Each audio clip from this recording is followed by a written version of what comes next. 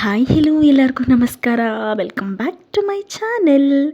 ಈ ವಿಡಿಯೋ ಬಂದು ನಮ್ಮ ಗುಡಿ ಸರ್ಗೂರು ಬಸವೇಶ್ವರ ಜಾತ್ರೆಯ ಪಾರ್ಟ್ 2 ಲಾಗ್ ಆಗಿರುತ್ತೆ.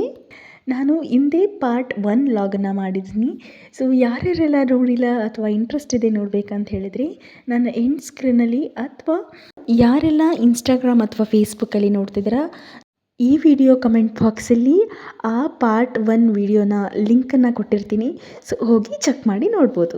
ನಾನು ಲಾಸ್ಟ್ ಲಾಗಲ್ಲಿ ನಮ್ಮ ಬಸವೇಶ್ವರ ಜಾತ್ರೆ ಮೊದಲನೇ ದಿನದನ್ನು ನಿಮ್ಮೆಲ್ಲರ ಹತ್ರನೂ ಕೂಡ ಶೇರ್ ಮಾಡಿಕೊಂಡಿದ್ದೆ.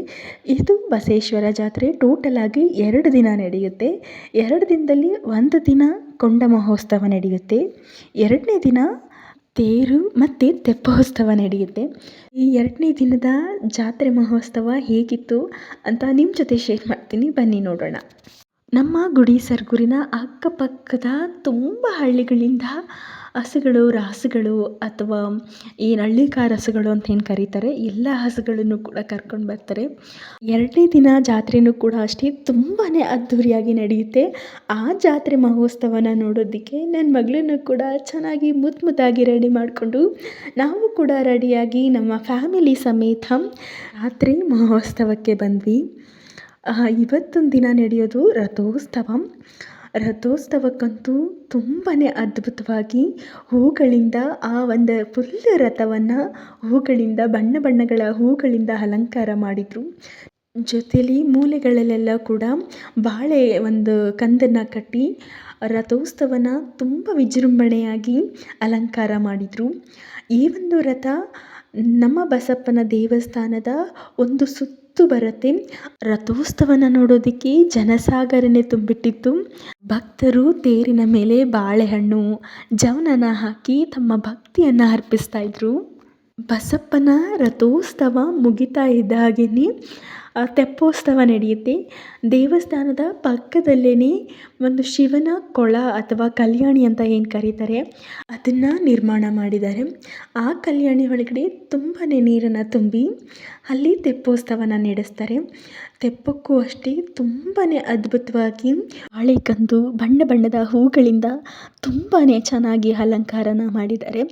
ತೆಪ್ಪದ ಒಳಗೆ ಬಸಪ್ಪನ ಮೂರ್ತಿಯನ್ನು ಕೂರಿಸಿ ಈ ಕೊಳದಲ್ಲಿ 3 ಸುತ್ತು ಪ್ರದಕ್ಷಿಣೆನ ಹಾಕಲಾಗುತ್ತೆ. ತೆಪ್ಪೋತ್ಸವ ಅನ್ನೋದು ವಿಶೇಷವಾಗಿ ನಮ್ಮ ಕರ್ನಾಟಕ ದೇವಾಲಯಗಳಲ್ಲಿ ನಡೆಯೋ ಒಂದು ಆಕರ್ಷಕ ಜಲ ಉತ್ಸವ ಅಂತಲೇ ಹೇಳ್ಬೋದು. ಈ ಒಂದು ತೆಪ್ಪೋತ್ಸವನ ನೋಡೋದಕ್ಕೆ ನೀವೇ ನೋಡ್ತಾ ಇರ್ಬೋದು ಎಷ್ಟು ಜನ ಸೇರಿದ್ದಾರೆ ಅಂತ ಹೇಳಿ. ತುಂಬಾ ಜನ ಸೇರಿದ್ದಾರೆ. ನಮ್ಮ ಗುಡಿ ಸರ್ಗೂರು ಶ್ರೀ ಬಸವೇಶ್ವರ ಸ್ವಾಮಿ ದೇವಸ್ಥಾನದಲ್ಲಿ ನಡೆಯುವಂತಹ ಈ ಒಂದು ಜಾತ್ರಾ ಮಹೋತ್ಸವ ಪ್ರತಿಯೊಬ್ಬರಿಗೂ ಕೂಡ ತಲುಪಬೇಕು. ಈ ವಿಡಿಯೋನ ಆದಷ್ಟು ನಿಮ್ಮ ಫ್ರೆಂಡ್ಸು ಮತ್ತು ಫ್ಯಾಮಿಲಿ ಸರ್ಕಲ್ಗಳಿಗೆ ಶೇರ್ ಮಾಡಿ.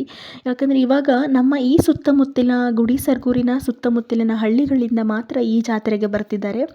ಇವಾಗ ಹೇಗೆ ಮೈಸೂರಿನಲ್ಲಿ ಅಂದರೆ ತುಂಬ ಜನ ಬೇರೆ ಒಂದು ಡಿಸ್ಟಿಕ್ಕಿಂದ ಬೇರೆ ಒಂದು ಹೊರ ರಾಜ್ಯದಿಂದ ಎಲ್ಲ ಬಂದು ನಮ್ಮ ಮೈಸೂರು ದಸರಾನ ಹೇಗೆ ಕಣ್ತುಂಬಿಕೊಳ್ತಾರೆ, ಅದೇ ರೀತಿ ಈ ಒಂದು ನಮ್ಮ ಹಳ್ಳಿಯಲ್ಲಿ ನಡೆಯುವಂತಹ ನಮ್ಮ ಬೆಂಗಳೂರು ದಕ್ಷಿಣ ಜಿಲ್ಲೆಯಲ್ಲಿ ನಡೆಯುವಂತಹ ಅತ್ಯಂತ ದೊಡ್ಡ ಕೊಂಡ ಮಹೋತ್ಸವ, ತೆಪ್ಪೋತ್ಸವ ಮತ್ತು ರಥೋತ್ಸವ ನಡೆಯುತ್ತೆ. ಇದನ್ನೆಲ್ಲರೂ ಕೂಡ ಹೊರ ರಾಜ್ಯಗಳಿಂದ ಹೊರ ಜಿಲ್ಲೆಗಳಿಂದ ಬಂದು ನಮ್ಮ ಹಳ್ಳಿಯಲ್ಲಿ ನಡೆಯುವಂಥ ಈ ಕೊಂಡ ಮಹೋತ್ಸವವನ್ನು ನೋಡಬೇಕು ಅನ್ನೋದು ನನ್ನ ಆಸೆ.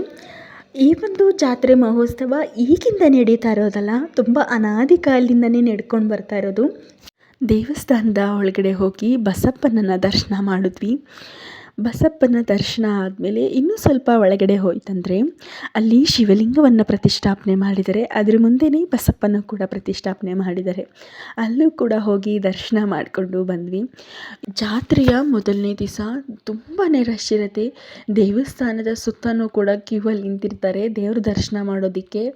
ಬಟ್ ಇವತ್ತು 2ನೇ ದಿವಸ ಆಗಿರೋದ್ರಿಂದ ನಾವು ಹೋಗುವಾಗ ಸ್ವಲ್ಪ ರಶ್ಶು ಕಮ್ಮಿನೇ ಇತ್ತು. ತುಂಬ ಚೆನ್ನಾಗಿ ದೇವ್ರ ದರ್ಶನ ಆಯಿತು. ಈ ವಿಡಿಯೋನ ಯಾರೆಲ್ಲ ನೋಡ್ತಿದ್ದೀರಾ ಎಲ್ಲರಿಗೂ ಕೂಡ ಶ್ರೀ ಬಸವೇಶ್ವರ ಸ್ವಾಮಿ ಒಳ್ಳೇದು ಮಾಡಲಿ. ಇದು ಬಸವೇಶ್ವರ ಜಾತ್ರೆಯ ಪಾರ್ಟ್ 2 ಲಾಗ್ ಆಗಿತ್ತು. ಮತ್ತೊಂದು ಲಾಗಲ್ಲಿ ಸಿಗುವ. ಅಲ್ಲಿವರೆಗೂ take care, bye, love you all.